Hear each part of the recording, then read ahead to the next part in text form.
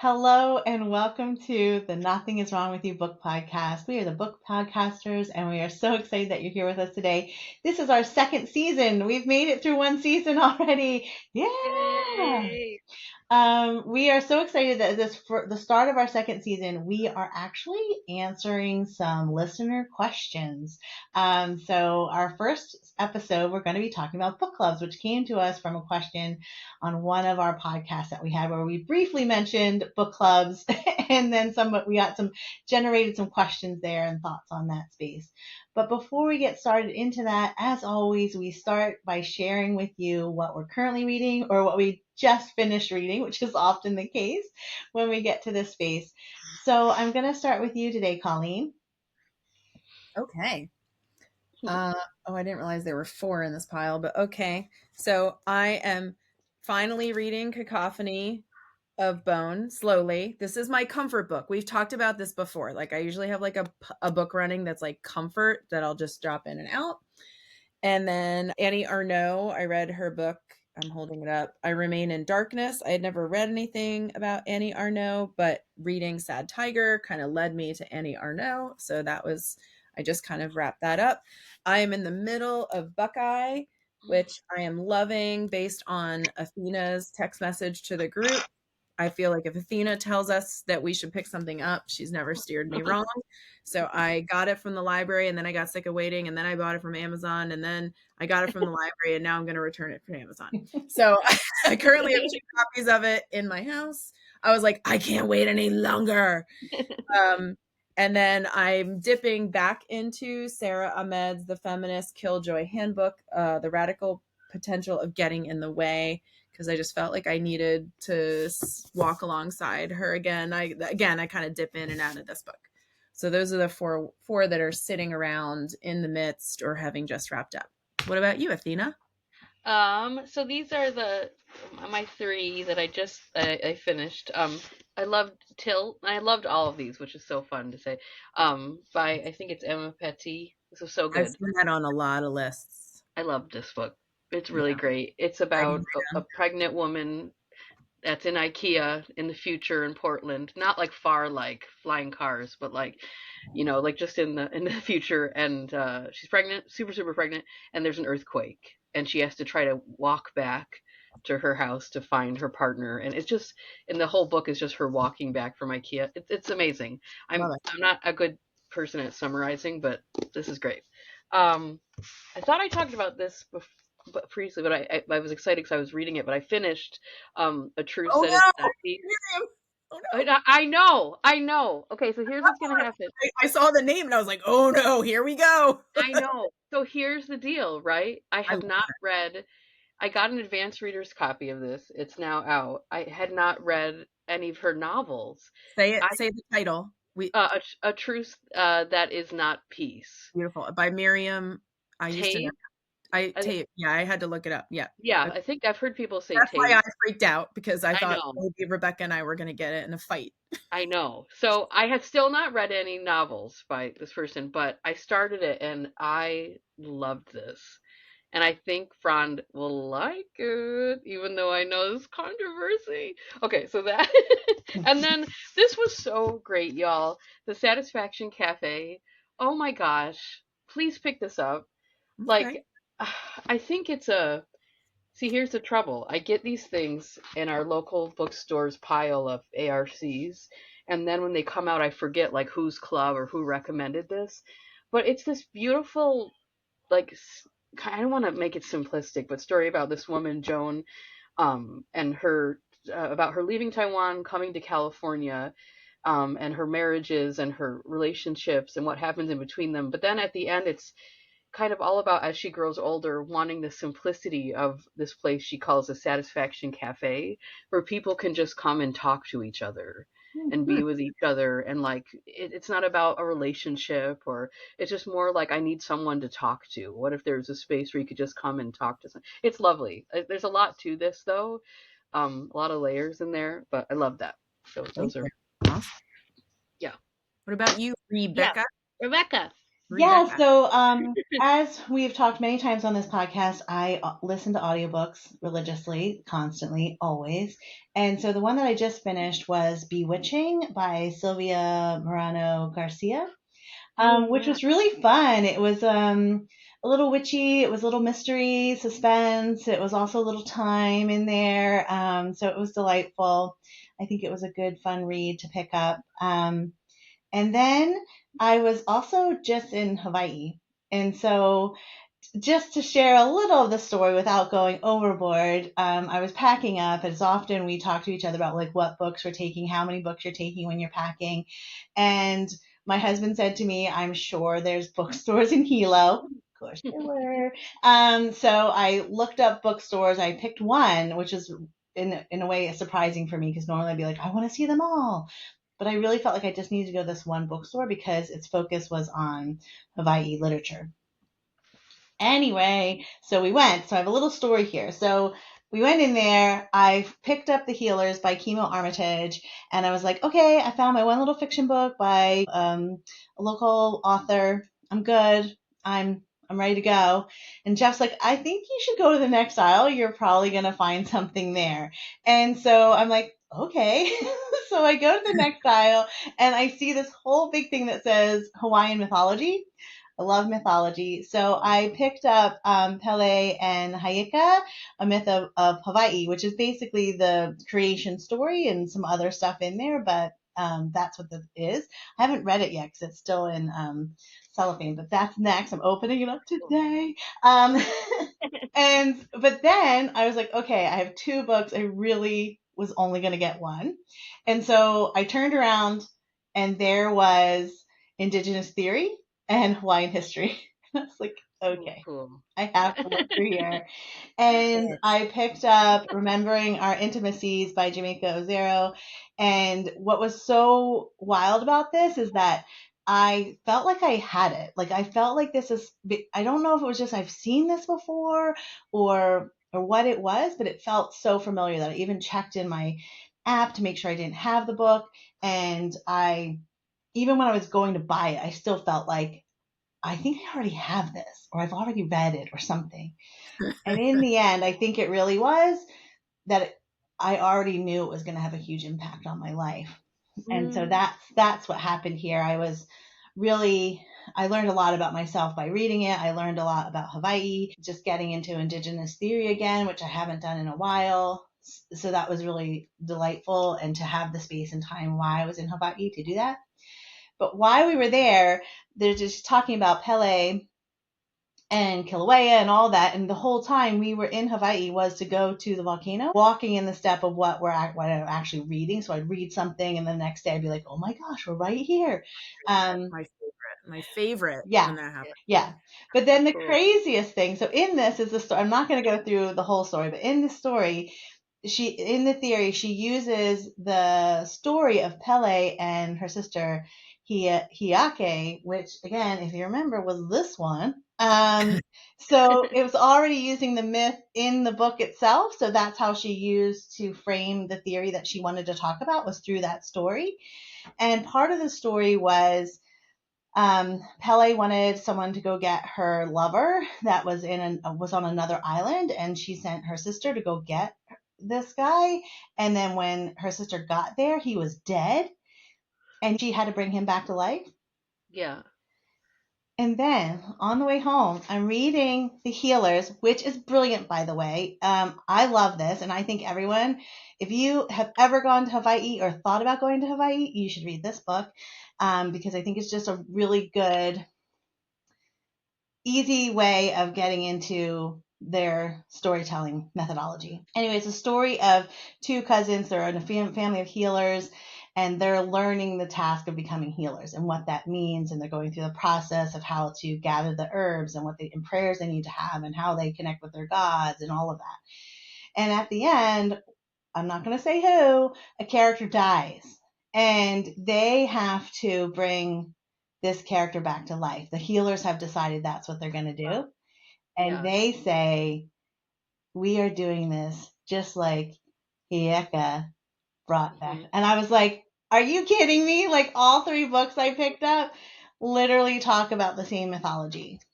So That's cool. Love that. that was my little synchronicities that I love with all those books and those connections in that space. So That's little really cool. longer story than normal, but it was pretty No, exciting. it's cool. That's really I think cool. maybe we should all do an episode one time about like travel and books, and like that would be really fun to talk about, because what you're talking about is about how that experience of reading a book can expand that experience. So Yeah. Yeah. keep that in mind. We're not alone in that, I bet. Yeah, Yeah, that's exactly. amazing. So speaking of that, and on the topic of the podcast, today we're talking about book clubs. And so I think we were talking about at one point and just talking about, oh, hey, maybe we should talk about book clubs. And I think somebody then asked us about like, what are your thoughts on book clubs in that space? And so this is just an open topic on our thoughts on book clubs. So who would like to go first today? I have a lot of thoughts on book clubs. Okay. You spoke first. You go. Okay. It's funny because we were at a dinner last night and somebody was like, I'm going to ask you about a few books. And he was like, all fours. And I was like, oh my God. Oh But boy. his book club had just read all fours. And so that was a very interesting conversation. And we talked a lot about book clubs. So here are my thoughts. No book club should be reading nonfiction, because I don't want to talk about your feelings. Like, I don't want to talk about feelings. I just don't. So I have been in so many book clubs. Like, the perfect example is I was in a book club and they picked Tuesdays with Maury. Like, what are we going to talk? Like, I want to talk about the book. So I am very particular. Like, if I am in a book club, you have read the book. You're not just drinking wine. You have read the book. And we are not talking about our feelings. We might talk a little bit about like our feelings about the book, but I don't want to talk about your feelings. Right. Go to therapy. So I am very particular at this point about, this should lead to the fact that I'm not in a book club right now. And I miss it because I do like talking about books. I've been in ones. I remember I was in one, and also like I sometimes get shamed for things I say. Like, we read the Sue Monk Kid, The Mermaid Chair, and in it the character like cuts off her finger and buries it because she's trying to atone for something. And I was like, that kind of makes sense to me. And everybody's like, what do you mean? And I was like, I don't know. Like, I was like, I'm not a monster. It just kind of makes sense to me. Mm-hmm. So I have learned a lot from being in. I'm going to tell you right now, the best book club I was ever in was the book club at my husband's church that my mother-in-law invited me to. I had a lot of trepidation about it, but the book I chose for that was Middlemarch, and people read it and we talked about it. Like, we read books and talked about them, and it was a great book club. So that's a very short way of me saying, please don't let me be in your book club if you want to talk about your feelings. Like, you don't want me. But I do love, I think if I didn't have you guys, like if I didn't have people that I talk about books for my job, I would then feel a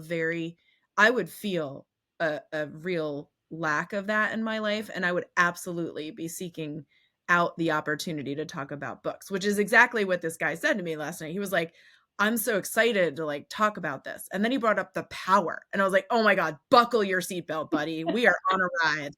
So I was like, I would be in your book club.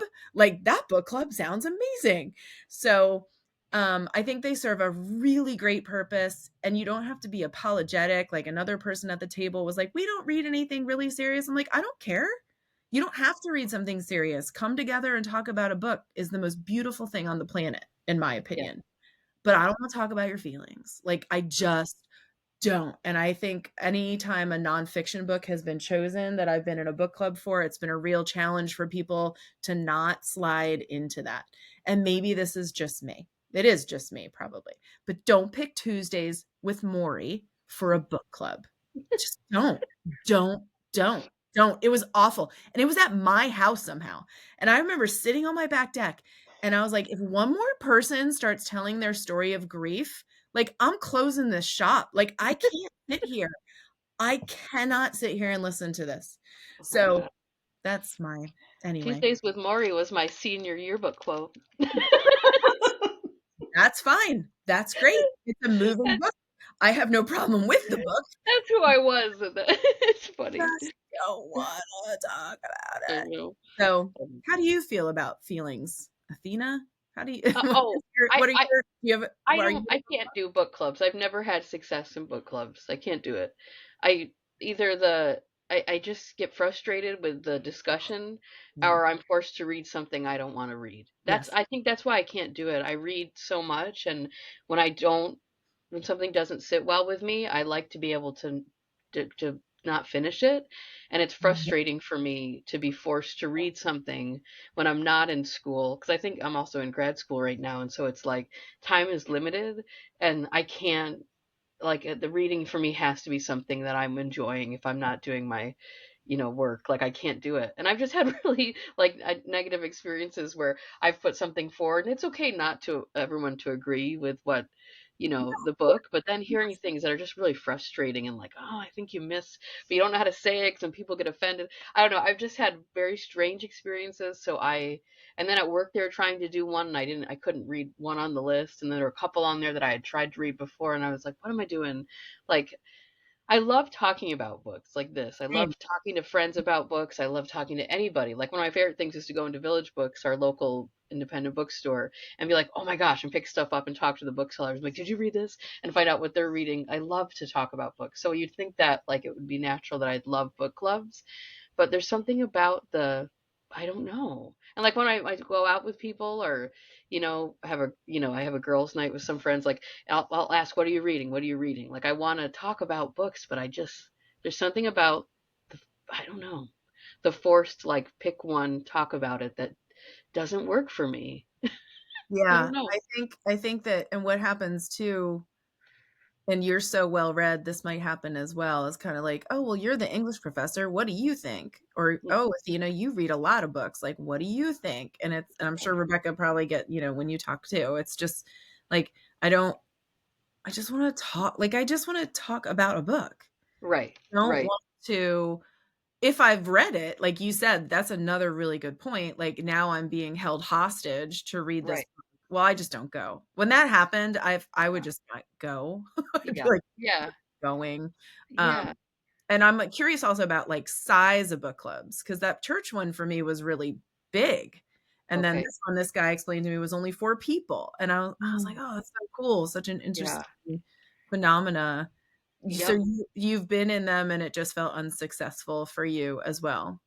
Yeah, it just didn't work. Like I had suggested a memoir that I really loved, and this person was like, "Nah, that's not realistic. Like nobody loves each other like that. Like that What whole." memoir? What? Oh, well, Rebecca's review of it was, "It's been done before." So What's I the what book? I loved it. It was Elizabeth Alexander's Light of the World, about Oh, her I husband. read that. Yeah. I loved that book, and I Yeah. think I loved it at the time because someone really close to me, her husband had just passed, and they Yeah. had a Fear, relationship. Fiere. What was his name? Yeah, Started with an just F. like that, and I Yeah. loved it, and it meant a lot to me at the time. And there was this person that was super bitter in the book club about recent things that had happened in a relationship, and it was just like almost like Um, we couldn't talk about the book because of, like you said, personal stuff coming in the way. Feelings, man. And it Feelings. just really put me off. There's another friend of mine that was in that club, and we still talk about it. We're like, remember how angry she got? So I can't, I don't know. Yeah.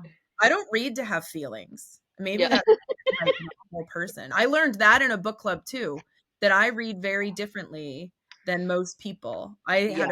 like an epiphany at a book club once, because they were like talking about how they envision things and see things. And I'm like, I don't do any of that. I'm like, Yeah. oh, wow, that was a really good sentence. And they were like, that sounds like a terrible way to read a book. And I was like, well, that's how I read books. I read Yeah. it and I'm like, wow, that was an amazing sentence. I'm not imagining the worlds that I guess that Yeah. everybody else was. What about you, Yeah. Rebecca?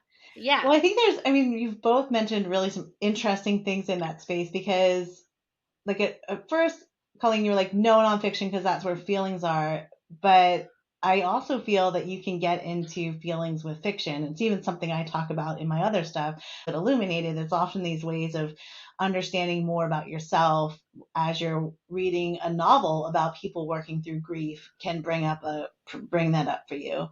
So I think in general, it's hard to separate feelings from what you're reading. I also, like you, parallel in both spaces, Colleen, where I'm reading as a writer, but I'm also, reading to understand self more, understand the world more in that space. Sometimes it's escapism, but sometimes it really is also connecting to feelings. But my experience with book clubs is that they suck. I can't believe we all agree on this, actually. I I know. have been to so many where the people don't talk about the book. And I'm like, why are we here? Like, what's the point of this to just stop? Like, they'll be like, okay, we're going to talk about X. Well, do you know what happened this week? And then they go off, and you're just like, I'm here to talk about a book. And Right. I don't know why else we're talking about what we're talking about. And so it's not like they were treating it more like a friend group. We're just going to get together on the pretense of reading a book and talking about it.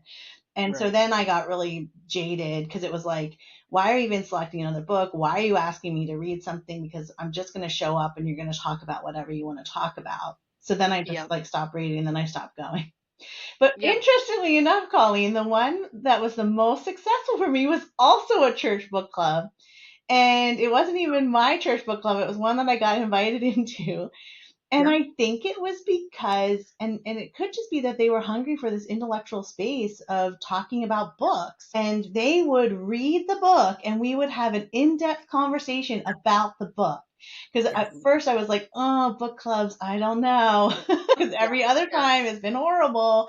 And I went and I had some of the most impactful conversations, not only for myself about understanding myself more, but even questions that they were asking about how I was seeing the book. I was like, oh, that's an interesting question that you're asking me. So now let me reflect on how I look at books, just like you were saying about the sentence. Wow. But it fell apart when they started inviting kids. And I am all for somebody who loves a YA book. I love YA books. So I'm not saying that we can't read young adults kind of stuff. But these were young kids. And the parent was saying they can handle the conversation. But I'm also like, I don't know if they should be part of this adult conversation about what we're talking about in this space. Yeah.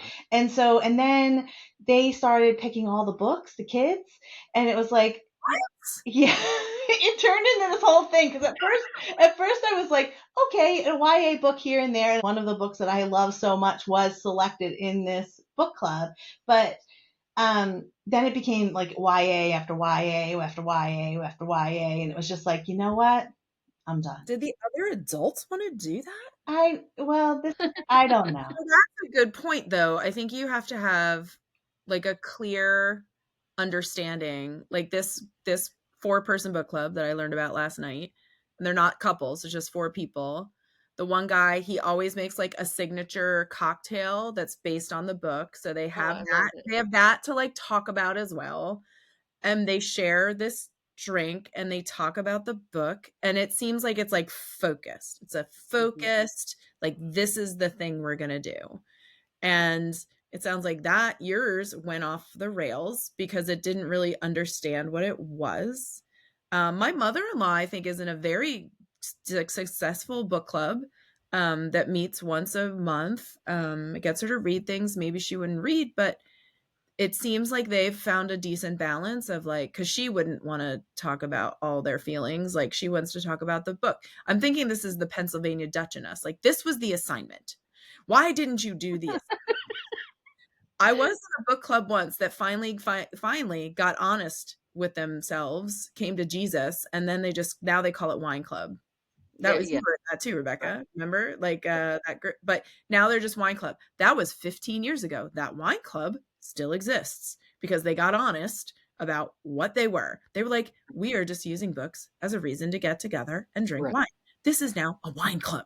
Right. So I that's love the idea of a book club. And then they come up at work and I'm like, oh, I'm going to do that. I never do it. Never do it. I started a book club where I taught high school. We did a few books.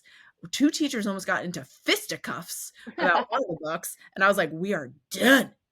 I mean, I think it's interesting in that space because I've done a few at bookstores I've worked at. It was when Barbara Kingsolver's The Poisonwood Bible came out and everyone was That was one reading of our it. church And ones. so they were like, this would be really good to have a conversation about this. And so I was like, okay, I'll lead it. I mean, this is where, as being like an English teacher, right? You're like, I can lead a book club on this, no problem. And so that's what I did. And so I would wait until there was a synergy of books that people were like passing around or like, we need to read this. So it wasn't like we have a set book club. It's every month or whatever. It's like, okay, half of the employees here are reading this book. Let's do this session and talk about it. It's a great way to do it. And so that worked in that space as opposed to, because I think the other thing, and Athena, you mentioned this, that forcing of people to read something that they don't want to read is just like, that can bring back trauma of like school, of like, Yes, I don't want to read this book. absolutely. So that's another way I guess you could talk about a book club if you wanted to do like an alternate book club, is when you have the synergies of hearing friends talking about books and they're all reading the same one, and you're like, well, let's get together and talk about it, right? So instead of like this is an official book club, which is what we did that. Didn't we do that with Wintering? We did, yes. Yeah. Yes, Yep. we did. It Yeah, was the three of us and Chelsea. That was the time I ever talked to Athena, actually. Yeah. That's right. We were all reading it, and we're like, let's all get together and just talk about this book for an hour. Yeah, like that kind of meeting. organic way of doing it. Yeah. I love it. Well, and so in that comment there, Colleen, is like, and it's an interesting way to get to know different people in that space, because you're not pre-selecting the people that are coming to the group. You're just like, oh, me and my friends are reading this. You and your friends are reading this. Let's all get together and talk about it. So that it's a way to build synergy. So that would be my recommendation of a potential like alternative book club, is just pay attention to like what your friends and what people you're hearing are reading, and then say, hey, like let's schedule some time to talk about that. Yeah. I used to love. Oh, go ahead, Athena. No. You want to go? I was going to say, I used to love. I read every single book Oprah picked for a decade, like over a decade. And I would love that. I would love like seeing other people reading the same books. I would have conversations with them. I would love the episode where she would have the author on, like that kind of thing, where it was a shared experience, but we weren't sitting in the same room. I think there's a lot to be said for something like that as well. Like, because she called it Oprah's Book Club. That's what made me think about it. But I liked that excitement around Toni Morrison. I don't think half of this country would read Toni Morrison if it weren't for her. So that synergy of like this kind of organic experience of just encountering people, I like. I don't like the school, now I have to read this thing, blah, blah, blah. My one friend is in a book club and they're reading like all French authors for a year. I'm like, that sounds fun. Like that kind of thing. Again, it knows what it is. Right. I think maybe that might be part of the key here. What were you going to say, Athena, before I? No, it sounds probably too simplistic, but I thought it was interesting when you both talked about church groups, and I thought in my head, I went, well, that's a group of people that's committed to a text and like thinking about a text a lot. You know what I mean? And so maybe for them, that's like a thing they're comfortable with. Like, this is something I look at and think about. And so, you know what I mean? So that kind of focus, it's interesting. That's a really good insight. That's something they would normally do on a regular basis, every weekly basis together, right? Is to study a book and talk about what they're seeing in that space. Yeah. I never thought about that. Yeah. No, they already knew how to do it. Yeah. And know the task, right? You're not coming to talk about like the book of Luke, and then you just walk in the class and be like, I didn't read it. I'm going to talk about my day. Yeah, that's it. They know they're going to talk about. When I read this passage in Luke, it really made me think of this last episode of The Housewives. Yeah, exactly. Yep. Yeah. Oh, that's a really good insight, Athena. I had never thought about that. I feel like that's a high note. That's like an epiphany to end on, right? Yeah. Hi, everybody. Thanks for spending some time with us today. We three love talking about books, and we love each other, and we're so glad that you're spending some time with us as we share these things that we love. Thank you for all you are doing to help us create this community of readers in a time where we all need everybody to read more. If you could, hit the thumbs up down below. It would really help us out. Subscribe wherever you're listening or watching. Share an episode with someone else who loves to read or maybe just needs to be reminded that we don't have to like all the books in the world. We would really appreciate it. Thanks for everything you're doing, and really just thanks for joining us and creating a space for us to do this thing that we love. Thanks. So I think, as we talked about in that space of the books that you're reading, and if you happen to be reading the same books and you like want to generate a conversation around it, is kind of what we do at the end of this podcast, where we share with you a book that we want to recommend that we all read, loved, chatted about, talked about, or this might be the space where we're really getting into it, but we do like to recommend a book that we've all loved. And so I think it's Colleen, you're going to introduce the book that we're recommending at the end of this podcast today. So it's Clare Leslie Hall's Broken Country, which none of us has because I got mine from the library. And I don't know why you two don't have it. I have the audiobook. Oh, audiobook. Okay. I lent mine out to someone. This is the other. Yeah, exactly. So anyway, I just kind of picked this up right before I went to Costa Rica at the library. And I do have an attachment to books that I've read while I'm traveling. But I read this book in 2 days. I loved this book. It was so perfectly readable. The story is actually kind of ridiculous now that I reflect on it, but in many ways so ordinary. But it's just about love, if you're allowed to talk about love. And it's about a child, and it's about loss. And it just had a lot going for it. It was short. I love a short book.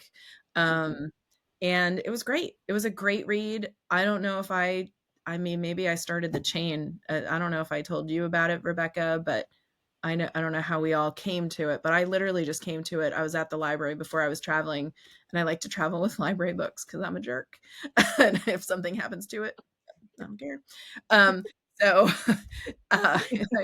I got 2 library books, and it was they were great. I don't remember what the other one was though. So, but Broken Country, Clare Leslie Hall, it's probably a really good listen as well. Yeah. If I remember correctly, you and Athena were reading it around the same time. And okay. I think we had a conversation, and you were all like, "This is so good." I think it's a Jenna book. I think I noticed a lot of the books I like right now are those books, and they're picking good books. Like I got nothing bad to say really about the books that are being selected by these people. So Athena, what were your thoughts on Broken Country? Because again, you two read it before I did. Oh, I loved it. I just thought that, like you said, it's just a nice like family saga kind of story where you keep getting these layers revealed that you're like, oh, you know what I mean? And I loved it. It's just kind of like if you want to be swept away, but not in a way that feels kind of like, I don't want to be rude and say mindless, but like it's still a thoughtful, beautiful story of a family. I loved it. I really enjoyed reading that. It just was an enjoyable reading experience. Agreed. Yeah. For me, I will always connect with a book that is a farming story that there's death involved. In general, from my family, from my personal history. And so that was for me, like, 'cause that's early on. You're like, okay, right? Like the dangers of living on a farm, essentially, in all of this was part of that story. But yeah, it had some really interesting twists and turns, some little connections there. It delved into love versus comfortable love, which I thought was really interesting way that they did that in the book, and then what we do in those spaces to. So often you hear stories of this where people will deny themselves something because it doesn't feel right or it doesn't fit how they think it should. And so they go into those comfortable spaces instead. And I think that's really was part of this. But then also in that those comfortable spaces aren't necessarily easy. Like in some way, it like the idea is that you just went to your comfortable space and that's where you stayed in life. But those actually sometimes require the most sacrifice. Yeah. So I thought that was really interesting. Talking about it, I'm remembering it more and more and remembering what I really just liked. I liked all the characters. I thought I've never read any, I don't even know if it's her first book, but I just really liked the writing. I felt like it was a good way to spend a few hours. That's for sure. Yeah. Yeah, it was delightful. It was delightful. I can't believe I didn't put together the farming part. I'm an idiot. Well, Sorry. most people don't. I mean, that's just. I should. Like, I mean, we should. Like, I just didn't even think about that. It was a part of the novel. Right. Yeah. But I think that's just, this is what I talk about all the time. We were just talking about feelings in books, right? Is that we all come to books with our lives. So Exactly. whatever you have, and so you might have a death in a family from a farm. And so you're going to read a book that's a death in a family on a farm that you're going to like see that differently. And so if we talk about book clubs, someone getting in that space might be uncomfortable talking about that in a book club, or they might be very comfortable talking about that in a book club. And that's just what it means to be human and to be reading books. Yes. Yeah. Amen. Agreed. Amen, sister. Yeah.